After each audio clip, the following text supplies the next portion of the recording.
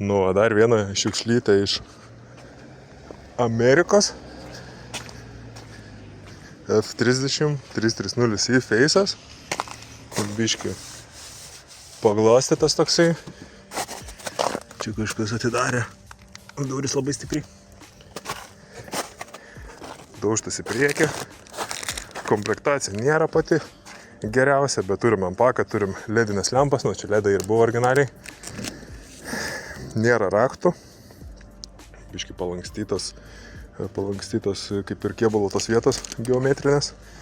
Bet šiaip nieko labai baisaus kol kas nematau, bet kad nėra raktų, tai nėra labai idealu. Dažnai būna ir kad variklio nėra tada, kai nėra raktų. Salonas užtat labai nice, bet čia kažkas vidui gyvena ir kvapas tai ne kažko, eik tu sako, kiek ten visko. Vidui daug šiukšlių, net nemačiau čia pats dar kol kas gale nieko. Tai jo, tokių aplaužtų plastikų yra. Čia nežinau, nelabai noriu iš tikrųjų kažką kol kas krapštyti per daug. Jos sprogęs vienas airbagas lubų. Rida kažkas apie 200 000. Stogvandis yra. Čia va plastikas vienas išlaužtos grūtelės. Čia neaišku, kas padaryta. Ten mano peiliukas. Nediržus šovės. Taipogi. Tai iš Floridos. Dugnas labai gražus, čia vat irgi mygtukai kritę. Kažkokių va tokių, nežinau, įdomus automobilis toks. Žiūrėsim, kas čia iš jo gausis.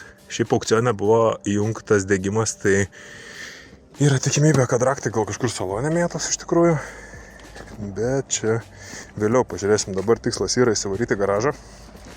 O tai padaryti yra ganėtinai sunku, nes čia dar taip yra ledas. Šitas ratas yra tuščias. Tai užsimesim zapaskę. Turiu kažkokią. Ir šį čia neina susukti pilnai ratą, nes ten jau, kaip matot, remės į kaip ir lonžeroną. Ne, lonžeroną, o šiaip kažkokį dabarą. Biškai atsilup. Lempos subirusios, bet turim kitas lempas originalės. Tai vat, tokių vat biški damage'ų yra padaryta. Jo radiatoriai tai čia suvažiavę įdomiai, čia kažkaip iš fotkų taip neatrodė ištaškytas tas radiatorius, bet jo radiatoriam tai bus ragai. Šį čia va tai va sukritę į vidų viskas. Very nice. Atsidariau bagažinę. Aišku, žiauriai zaibys, nes yra šitas ant amerikonų. Ir turim akumuliatorių. Uždengta ir yra srovės. Aš netvirtau. Pažiūrėsim, ko jinai čia pyksta, ar jinai mato raktą. Šiaip radiatoriai ištaškyti. Lempas nepriek šviečia. What the hell? Šitą šviečia. Nu šitą tai labai ten išsitaškis buvo.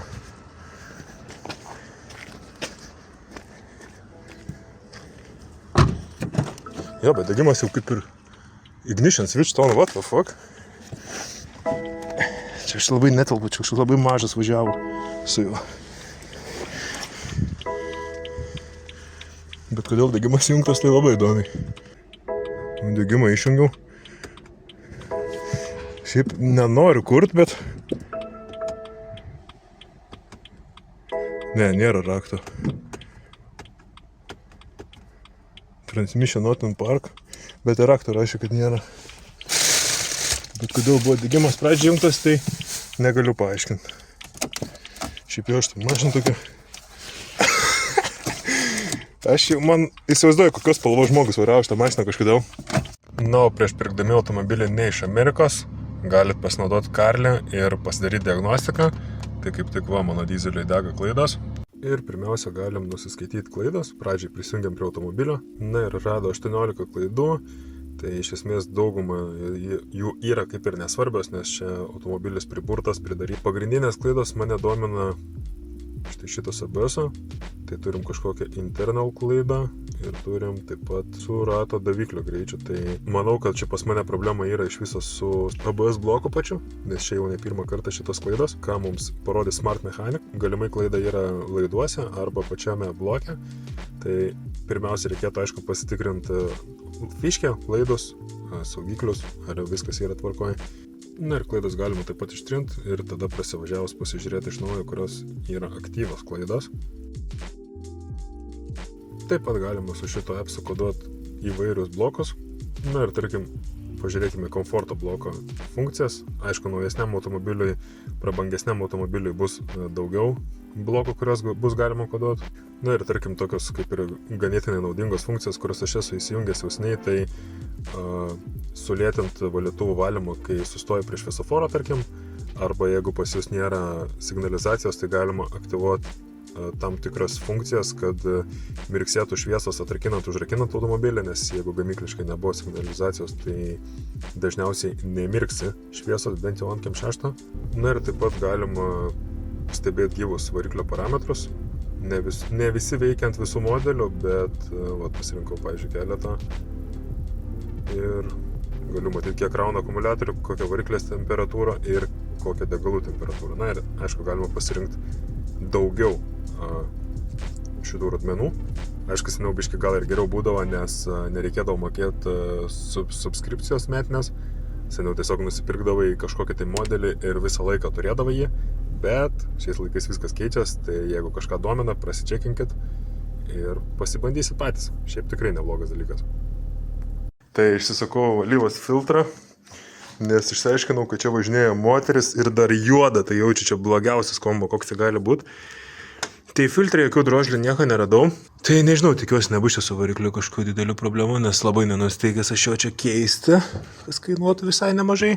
Bet prie variklio vis tiek reikės lyst, nes matau, kad ten apibėgęs šiek tiek su alyva, per vožtą dangtelį kažkiek leidžia, tai jo radau belekiek daug laiškų mašinai, nesumokėtų sąskaitų už sveikatą. Aišku, aš negaliu rodyti tokių dalykų, nes ten yra kaip ir privati informacija. Tiek knygų. Jo, įsisuks atgal filtrą, kol kas tikrai nekeisiu jokios alyvos, aš jaučiu jam nieką, nes pradžiai reikia pasigaminti raktą, išverčiau visą tą šiukšlyną, tai neradau rakto visgi. Dar pastebėjau, kad veidrodėlis šitas yra sulūžęs. Tai reiks kitą veidrodėlį, tą dangtelį galės permest tą patį. Kaip ir maža problema, dar čia knygą vieną pasidėjęs turiu. Jo, šičia, aišku, palankstytas ir šitas palenktas, na, bet šičia minkštas tas dalis, jis nesunkiai atsitėsia. Kažkokių problemų, manau, nekils dėl to. Toliau čia viskas, kas sulankstyta, visi šitie yra keičiamos detalės. Tiesiog atsukt, prisukt naujas ir viskas, patys lonžeronai, nežinau. Daug čia nieko, iš tikrųjų dar nežiūrėjau. Bet nesimato, kad būtų linkę kažkas kažkur. Tai labai įdomi, aukcione.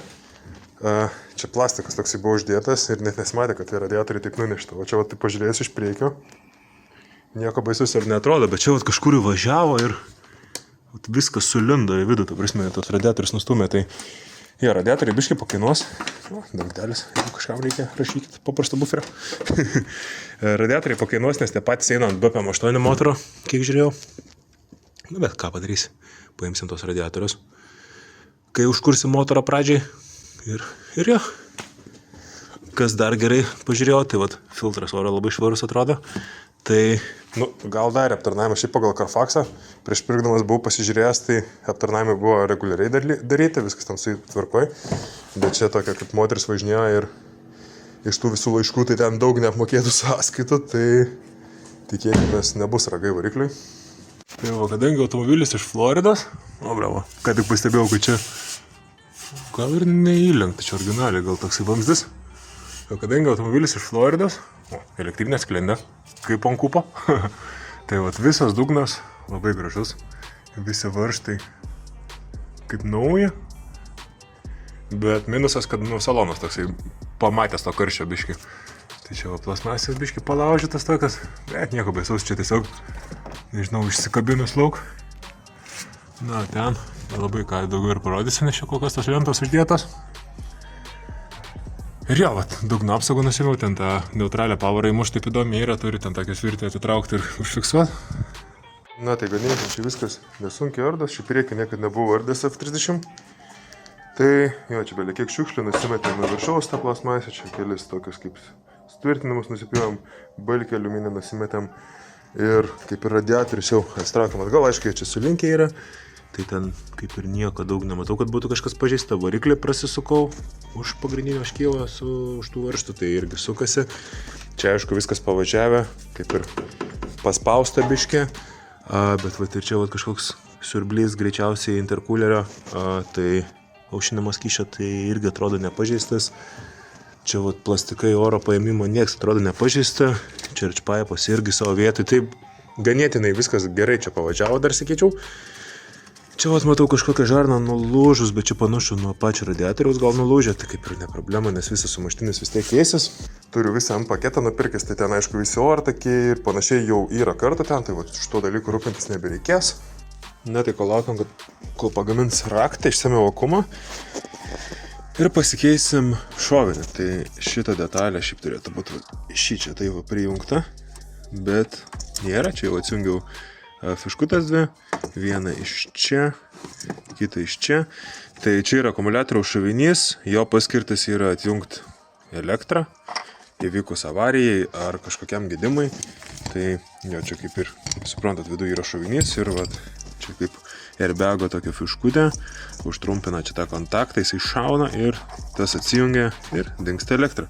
Tai va, turim naują, įmesim, atsisuka štai ten varščiukas apačioj ir šį čia, arba tiesiog nuo čia vat atsisukt tą ir viskas, tai va, įmetam kitą.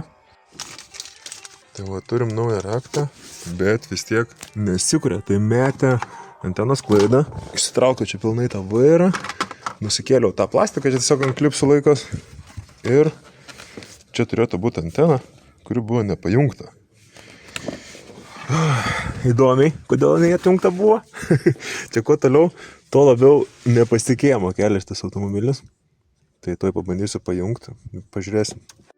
Na tai pajungiam tą degimą, tiksliau pajungiam tą anteną ir jau turim degimą. Aišku, čia milijardas klaidų visokių. Pažiūrėkime, ar įsijungs. Be rakto. Ne, be rakto neįsijungia. Vis tiek jis prašys laikyti raktą šalia. Jo. Nu, bandom laikyti raktą. Bandom užkurti jaučiu. Alyvas biškį dar pyliau dar. Dėl viso pikto.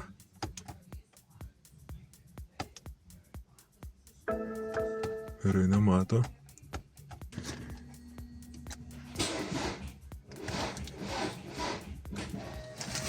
Einu užmest boosterį. Na, užmetam boosterį, aš motoras nemanau, kad taip sunkiai sukasi, nes su ranka ganėtinai lengvai sukasi.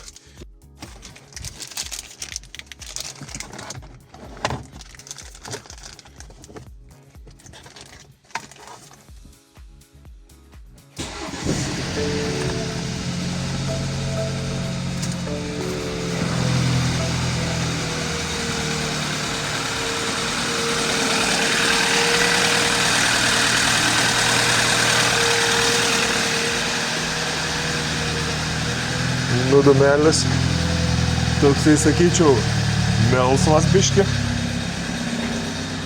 bet voštau dangtelis nesandarus, tai čia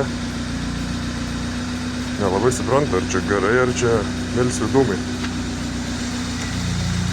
Ilgai nekūrensim, nes nėra skysčio, na, bet iš variklio kažkokių baisių garsų kol kas negirdžiu. Pažiūrėsim, kaip viskas bus, kai gaus pašilt, kai uždėsim radiatorius, aišku, tenais rūksta alyva, nes čia atidėgia viskas, arba čia gal pratylė kažką žiauriai, tai pradžiai apsiplausim tik tais. Pažiūrim, ar nekala, biškį pagazavus.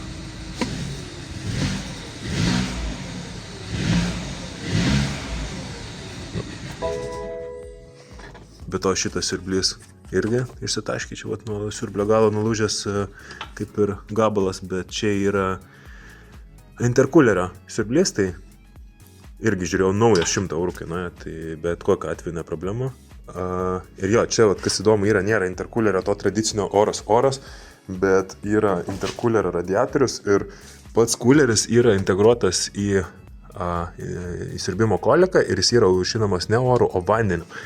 Tai visai efektyvi sistema, ko pasakoje mes turim priekį tik tais 2 radiatorius, tai žiūrėjau, kad NRF abu radiatoriai, ten 200 kažkiek ten keli eurai, o žmonės už visą sumuštinį radiatorių prašo po 500 eurų, tai kur logika, neįsivaizduoju, bet naujos dalis perpus pigesnės negu šrotinės, kurio čia gaunasi.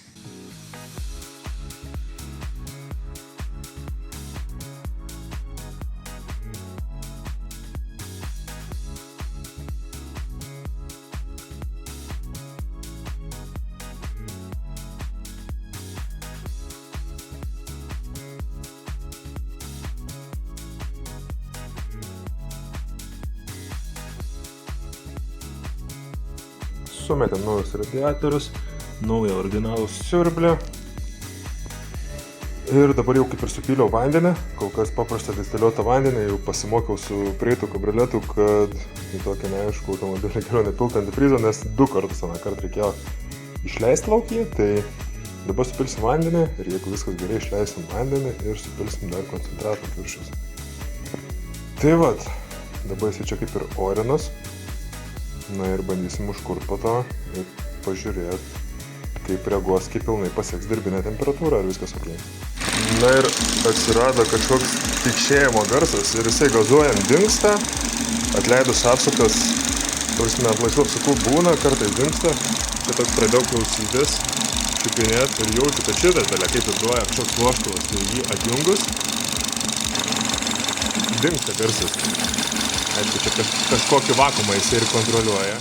Galų įsivarėm į garažą, nusimečiau slengstį, nusimečiau sparną, taip pat prisidėjau kapotą ir jo, tai ką, bandau po truputį rinkti, nieko čia per daug nerodau, nes čia nieko tokio kaip ir nėra, gal kad kažką labai galėčiau detaliai papasakoti, tiesiog nuėmė detalės, uždedu atgal, ardos viskas čia nesunkiai, paprastai ir jo, tai vat, liksiu jau namo ir bandysim kitą dieną kažką kitką konstruoti.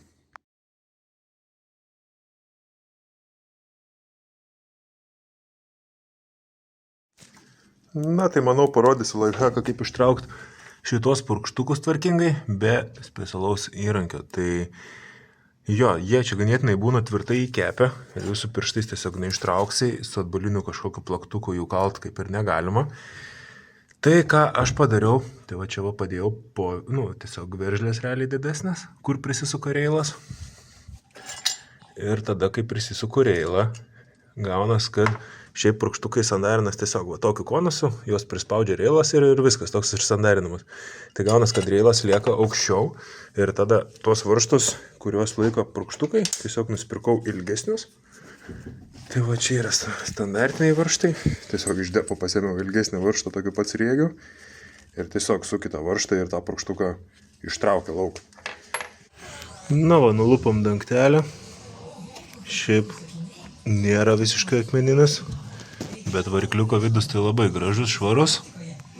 Tai dabar nusivalysim visus paviršius, susiseksiu dar šitos laidus susiteškim, nes labai lenda jie čia visur, kur nereikia. Ir viskas, išsiplausim dangtelį, nusivalysim paviršius, sumesim naujas tarpines ir rinksim atgal. Na, tai surinkau viską, viskas kaip ir veikia. Aišku, šitas vožtuvas baigia išprotėti, palikau pajungtą. Tai čia yra degalų bako ventiliacijos vožtuvas ir jis yra pastrigęs atidarytas, nes labai girdisi ir degalų bako atsukus užpilimo kamštį, kaip siurbia orą, tai kol kas mes jį ir paliksim, manau, atjungtą. Ir kai ateis naujas, pakeisim, pažiūrėsim, ar susitvarkys ar ne, bet šiaip, nežinau, dirba viskas gražiai. Dar vienas numirėlis, tai va šitas vamdelis, kur man čia jungiasi čia, sulūžo, nes ant šitų automobilių modernių labai, kur labai svarbi ekologija, emisijos ir dėl to jie važiuoja ant labai aukštos darbinės temperatūros, atsitinka su plastikais maždaug taip. Tai va, prisilietus tiesiog išsitaško. Tai vat reikia labai atsargiai čia viską daryti, nes čia bet kur ne vietoj padėjus ranką iškart kažką vat ištaškys. Na šitas daiktas jau su kitu kapotu, nes tas signidinis taivaninis šūdas realiai nesuja nei tarpai. Šitoj pusėje su neoriginaliu sparnu, tai iš viso ten, ta prasme, ant tiek atkilęs kapotas, nors pilnai pasidėjęs realiai ant sparno. Šitą pusę tokia pusiau velnio buvo, čia dar irgi nesureguliuoti tarpai, tik taip užmestas tas kapotas, visur taip spaudinėjams pirštais banguojas tas kapotas, tai ten toks jausmas net nuo vėjo važiuojantis va tai va darytų. Ir tada sudėjus tas kilpas, kurį spynas įsispaudžia, užstrigo tas kapotas iš viso, nes tos spynos turbūt kažkaip gal kampo ar kažkas tokio. Ir karočią buvo neįmanoma atidaryti kapotą, tai nafig sunervavo, sulankščiau, išmečiau ir viskas. Dėsiu tik tais originalias dalis. Tai aišku, jis čia dažysis, tai dėl to baltas, nes pagal spalvą nieko nėra dalių. Tai dar buferį reikia biškį pareguliuoti, aišku, tai lampas, bet šiaip matau, kad tarpai viskas sueis ir viskas čia bus ledas. Tai dabar yra kelios tokios durnos problemos su automobiliu, kurių niekaip neišsprendžiu. Tai pirma problema, neveikia pultelis raktelio. Dėl to, kaip ir neužsirakina nuo raktelio automobilis ir neužsikuria, kol nepridedi prie vairo kolonėlės ten tos vietos rakto. Kitas dalykas, neveikia dešinės pusės žibintas, jį neteina vapšės srovė, tai dėl šito dalyko irgi reikia išsispręsti. Šiaip, ten dėl lempo tai aišku meta klaidų, bet dėl kylioso sistemos automobilis nemeta visiškai jokių klaidų. Išsiardžiau taipogi čia tą galinę palangę kažkokią apvemtą, nes ten yra vienas iš siųstuvų, ten 3 eurus kainavo, tai įdėjau kitą ir aišku, neišsisprendė tą problemą, nes kartais būna, kad tos antenos nueina ir jisai kaip ir nemeta klaidos. Toliau čia turim airbagą seną. Nupirkau naują vairą su airbagu, čia senas vairas dar. Tai irgi turėtų kažkada ateit, už pigiai pavyko paimti, nes čia toksai, gal nelabai matas, bet patrintas. Ir jo, dabar čia po biškės apsirdęs stogą lubas. Tai šiandien jaučiu bandysiu išsimti lubas visas, nes prirūkytos žolės ir žiauriai smirda, baisu gatvė net su tokia važiuot. Tai nuvešim lubas sutvarkyti, nes ten jos yra aišku padraskytos, kur sproga airbagas ir reikia airbagą pakeisti. Ir jo, diržų sagtis paėmiau, nes yra šovusios. Čia pačioje nesimato, bet airbagą irgi išėmiau dabar, reikės nuvežti sutvarkyti. Ir nežinau, čia salone kaip ir labai daug nieko nėra, nuvešim paskui sėdynės dar sutvarkyti, atrestauruoti. Tai va, čia taip įdomiai nėra, ten papildomo to antro užrakto kapote, tai atsidaro tik tais 2 kartus patraukus rankinėlę, čia visos efkės taip irgi eškės jau daro. Tai variklio skyriai kaip ir viskas tvarka, aišku, čia dar plastikų visų nesudėjau, ten gumų kai kurių, čia irgi tokio plastiko trūksta, kur čia viską uždengia. Bet šiaip iš šitos pusės kaip ir viskas yra plius minus surinkta, aišku, čia priekis, buferis čia tik tais ant kelių varžtų laikas, kad pažiūrėti ar eina tarpą ir iki dažyklos nuvažiuoti su jo tokio, kad ten paskui būtų easy išardyti. Dar pagalvojau, gal rankinėlės kažką kliūčina, tai išėmiau rankinėlės, nes jos su to kylėsu yra. Galvoju, gal dėl to neveikia, tai žodžiu, čia viską išbandžiau, visus saugiklius ištikrinau, laidus pražiūrėjau, viskas atrodo puikiai. Lempas galinės reiks europint. Ir nežinau, po to prasivažiuosim jaučiu ir reikės tada buferį pasikeisti, užsidėtą imkinę, kad galėtų tą sparną normaliai ateities, nes jaučiu tas laikiklis bus palaužytas, tai kad būtų naujas laikiklis ir pagal jį galėtų normaliai tą tarpą padaryti.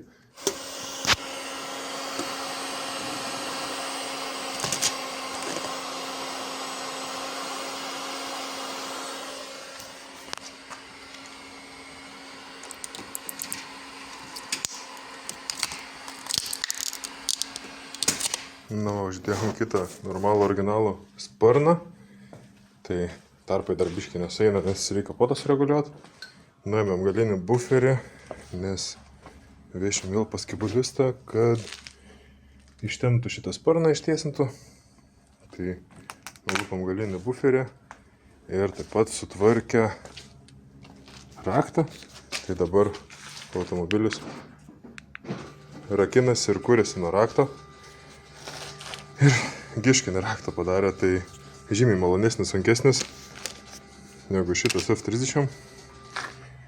Ir jo, tai eisiu dabar ištrauksiu imkinį buferį ir bandysim užmesti.